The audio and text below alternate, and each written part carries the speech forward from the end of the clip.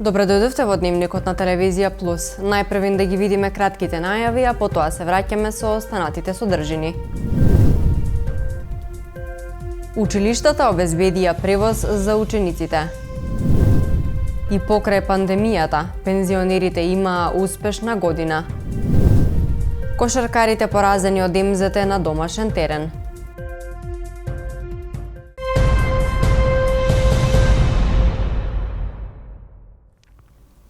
Најголем дел од училиштата обезбедија превоз за своите ученици. Средношколците и дел од основците денеска пристигнаа на училиште со организиран превоз, а учениците од некои основни училишта бесплатен превоз ќе почнат да користат од утре. Но и понатаму проблем се неколкуте линии од јавниот превоз за кои има жалбена постапка, заради што жителите на поголемите населби од 1 јануари се снаоѓаат за превоз. Средношколците од поголемите кумановски населби утрово со организиран превоз пристигнаа до училиштата и покрај тоа што линискиот превоз за населените места се уште не е решен, бидејќи има поднесено приговори на тендерската постапка од страна на некои превозници. Превозот на учениците до средните училишта Наце Буѓони, Перо Наков, Гоце Делчев и Сами Фрашери го врши Оли Травел. Компанијата вчера вечер соопшти дека превозот ќе биде само за ученици и го објави возниот ред. Во случајов станува збор за линиите број 3, 4, 5, 8, 12 и линија број 16. Освен средните училишта и најголем дел од основните училишта обезбедиле посебен линиски превоз, односно веќе склучиле договор за итни и неодложни работи со одредена компанија и учениците од денеска имаат бесплатен превоз. Меѓу нив се Христијан Карпош, Магдалена Антова, браќа Миладиновци, а учениците од Кочо, Рацини и 11 октомври превоз добиваат од утре, информираа надлежните. Речи се единствено училиште во кое што од првиот училишен ден во второто полугодие имаше организиран превоз за учениците е основното училиште Толи Зордомис. Инаку градоначалникот Максим Димитриевски вчера потенцираше дека и покрај жалбената постапка превозниците треба да излезат во пресрет на барањата на учениците и општината по примерот на одредени компании. Но иако превозот со учениците конечно се реши, жителите на Гоце Делчев, Зелен Рид, Доброшане, Перо Чичо, Иго Тричковиќ, Карпош, Тромеѓа и други населени места и натаму остануваат без јавен превоз заради жалбената постапка. На ниски температури граѓаните се принудени да одат пеш или да користат такси услуга која дополнително го оптоварува семејниот буџет. Граѓаните со апел до општината и до превозниците што поскоро да се реши проблемот кој се провлекува од нова година. Сега нема автобуси, и што ќе правиш? Мораш да идеш пешки. И да не идеш мораш. Не слабо идеат со такси. Автобус иде порано такова учи, нема ниту никој. Стана се сглошко, се иде се врата. Што прави друго? Оди пешки кој може, нели, но има и оние кои што не можат да одат и мора да користат такси услуги и тоа е дополнителен трошок. Да, и од дома се ги викал такси, не може да оди чуѓу. Каде може да ги прави? Викне га и го однесе и го донесе. Што прави? Гледаш пешки, што да ти кажам. Немам право да знам зборам. Не. Како да ви кажам, што значи ужасно да нема овој 21 век, да не има градски превоз. Секој ли може такси да наручи у секое време. Не, тоа е. Пешки идемо, нема, превоз нема.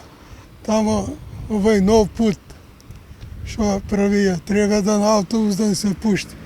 Он иде за Тромеѓа, а да иде вамо некоја комби или минимум автобус. И треба ли да го пуштат побрзо автобускиот превоз? Па треба, сак зима, снег, пешки идемо. Луѓето се пешки водат. Нема. Мачно ли е да се оди пешки? Тешко како не. На студено време? Да бе, тешко е.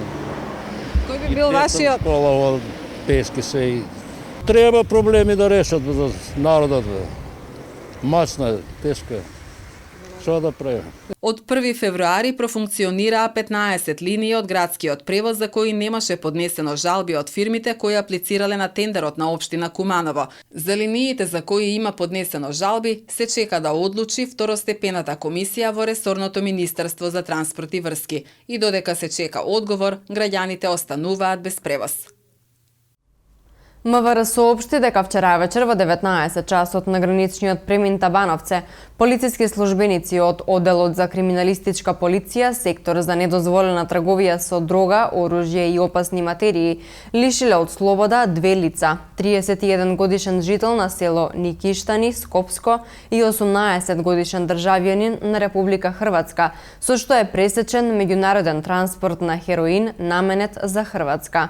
Имено при контрола на автобус на туристичка агенција од Скопје, полициските службеници во координација со мобилен тим од Царинската управа во багажот пронашле и одзеле околу 2 килограми хероин, со кој била исполнета амбалажа на разновидни прехрамбени продукти.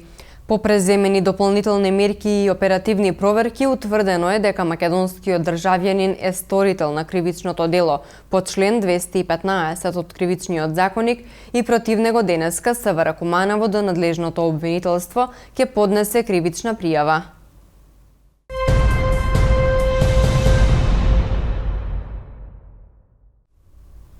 МВР информира дека вчера во 9:30 во СВР Скопје било пријавено дека во комплекс клиники Мајка Тереза со тешка телесна повреда бил донесен 29 годишен кумановец. Во службен разговор со полициски службеници, тој изјавил дека се повредил околу 8 часот, додека извршувал работни задачи во фирма во индустријска зона Илинден. Увид на местото извршила екипа од СВР Скопје, а за настанот бил запознаен трудов инспектор.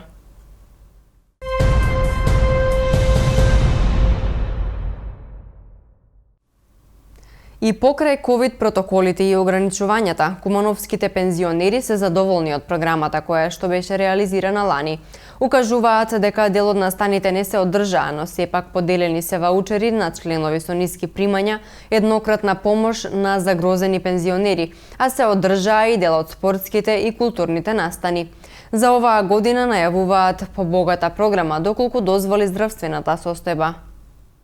И покрај ограничувањата поради ковид-пандемијата, Кумановското здружение на пензионери лани реализираше значаен дел од својата годишна програма. Поделени се 750 ваучери за пензионерите со ниски примања од 11.000 денари. На дел од членовите кои поседувале сметки од бањско лекување им се вратени 20% од средствата, а доделена е и еднократна парична помош за пензионерите кои имале оперативни зафати. Председателот на Здруженијето Благи Акимовски информираше дека лани доделиле и помош од 10.000 денари на двајца пензионери од населбата Перо Чичо и село Кучкарево, бидејќи нивните домови биле опожарени. Ние 2021 година изготвивме програма за активности и мислевме дека во 2021 година COVID-19 ќе се намали, односно ќе го снема. Меѓутоа, не бидна така, ковидот си продолжи и во 2021 година, што допринесе да нашите активности, кои што ги запланиравме во програмата, не успеавме да ги целосно реализираме, бидејќи така беа и препораките од Комисијата за заразни болести, од Министерството за здравство, од владата на Република Северна Македонија, за да пензионерите, кои што се една од најкритичните групи, од заразувањето од COVID-19, да се заштитат. Завршивме дел од активности кои ще бараа намален обем, односно со намален број на учесници, најповеќе до 8 учесници, бидејќи водевме сметка за заштита од COVID-19.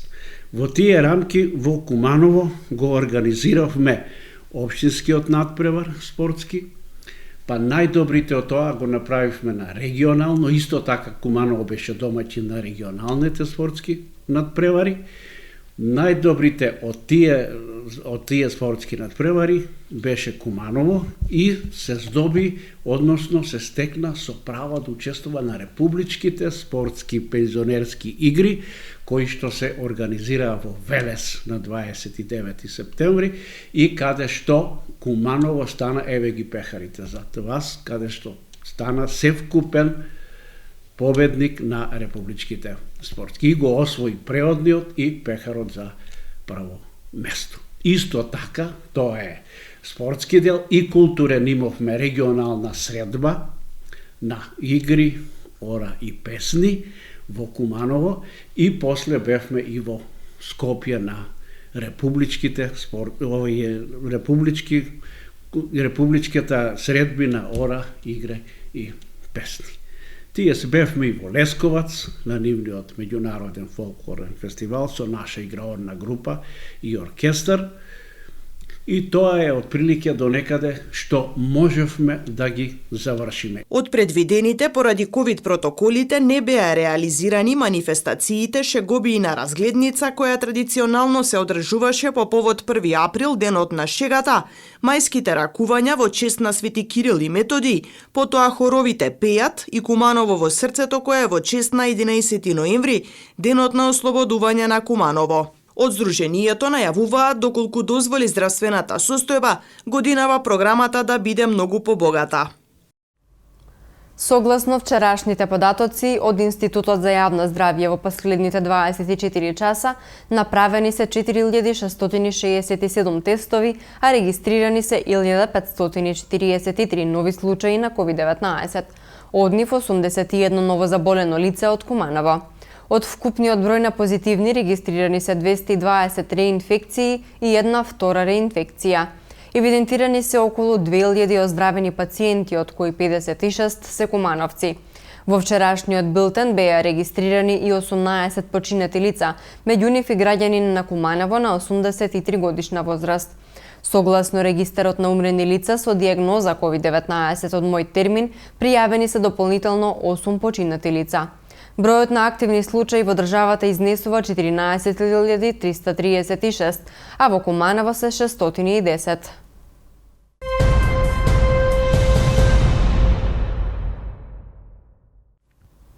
Државниот здравствен и санитарен инспекторат во консултација со Министерството за здравство, со Агенцијата за заштита на личните податоци и со владата го изготвува дигиталниот модел за испорака на информации и решенија за изолација до граѓаните заради утврдена инфекција или контакт со позитивен од COVID-19.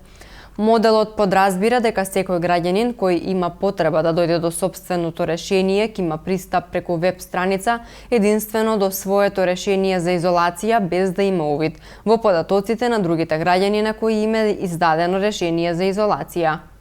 За постапката за пристап до решенијата која ќе се одвива преку веб платформа, граѓаните ќе бидат навремено информирани во рокот утврден за примена на новиот начин на испорака на решенијата за изолација до граѓаните.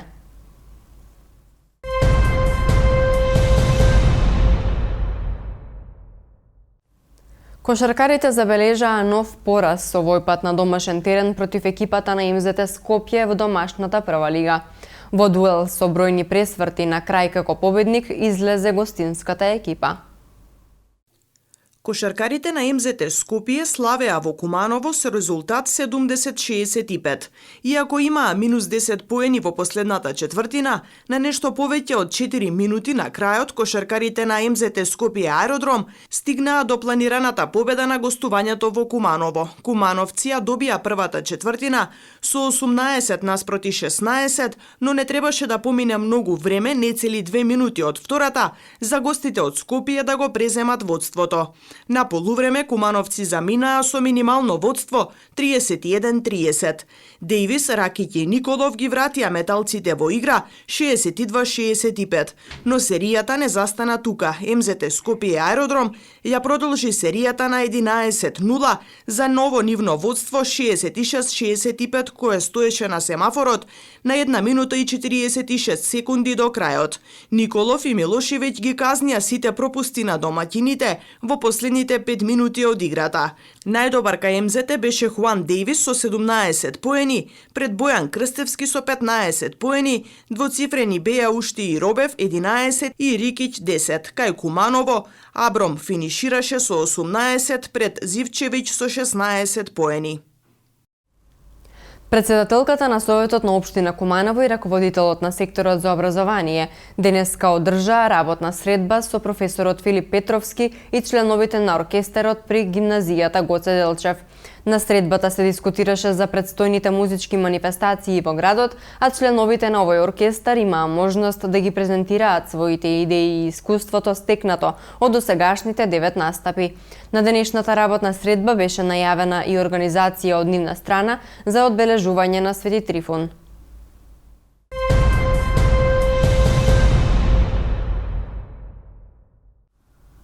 Општинската организација на Црвен крст Куманово информира дека утре во просториите на Центарот за култура ќе се одржи традиционалната крводарителска акција која што ја организира рибарското друштво Макдам од Куманово.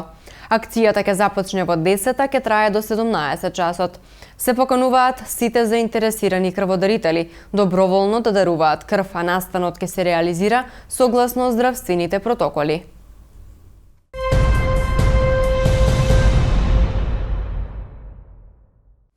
Во продолжение да ги видиме и вестите од Македонија. Генералниот секретар на НАТО Јен Столтенберг по денешната средба со македонскиот премиер Димитар Ковачевски во Брисел ги поздрави напорите на Македонија за промовирање на безбедноста, стабилноста и напредокот во регионот, вклучително и учеството во мировната мисија во Косово.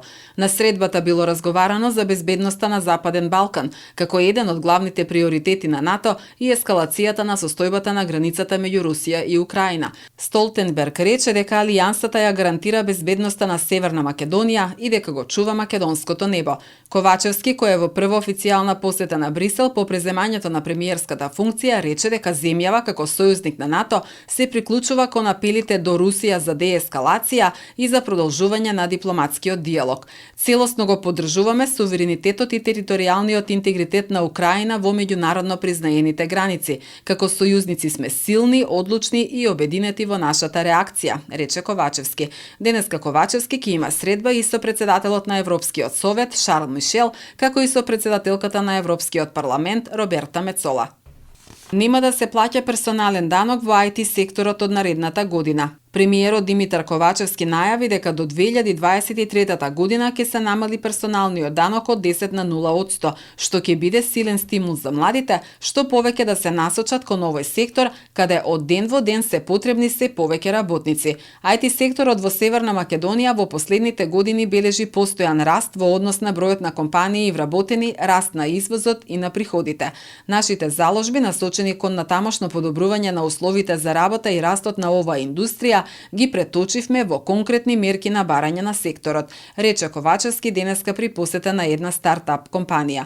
Ковачевски најави дека до 2023 година се предвидуваат и други стимулативни мерки во IT секторот. Освен намалување на персоналниот данок, се предвидува ослободување од данок за преквалификација, обука, до обука во компаниите, ослободување од данок од трошоците кои се прават за лиценци за IT индустријата.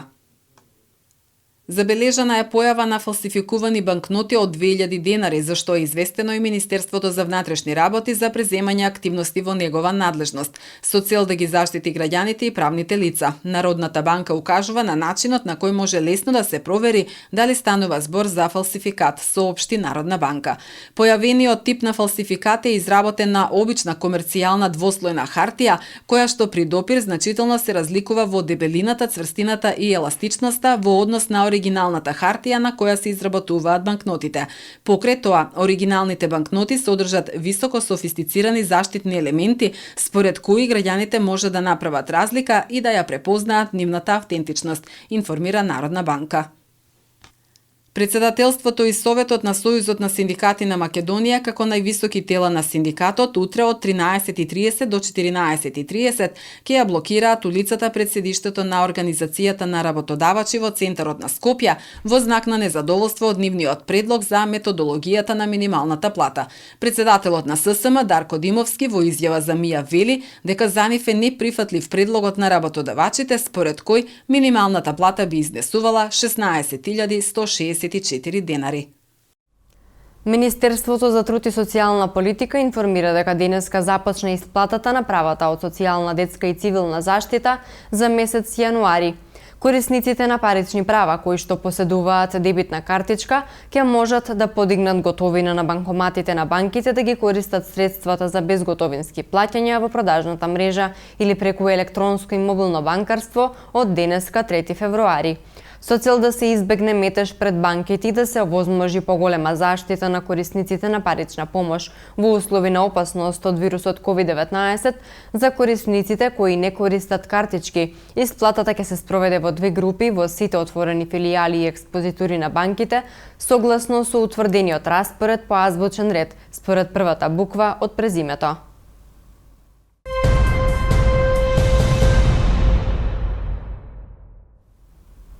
Уште една важна и вредна донација од над 1 милион американски долари, целосно опремување со вкупно 593 камери на сите сектори за внатрешни работи, односно на единиците за безбедност на сообраќајот и оделот за гранични работи, проект преку програмата на оделот за правда на влада на нашите пријатели Соединетите американски држави, објави на Facebook министерот за внатрешни работи Оливер Спасовски.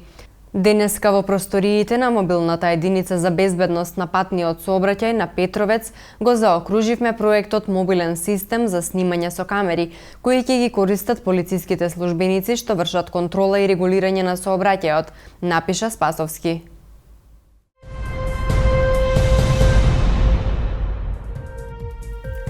Времето денеска во Куманово беше променливо облачно со максимална температура која изнесуваше 4 степени и минимална која беше минус 7 степени Целзиусови.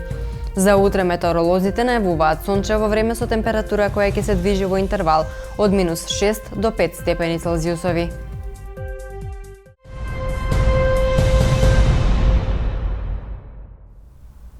Јас сум Викторија Додевска, а вие го следевте Дневникот на Телевизија Плюс. Доколку нешто пропуштивте, следете не на социјалните мрежи. Имајте пријатна вечер.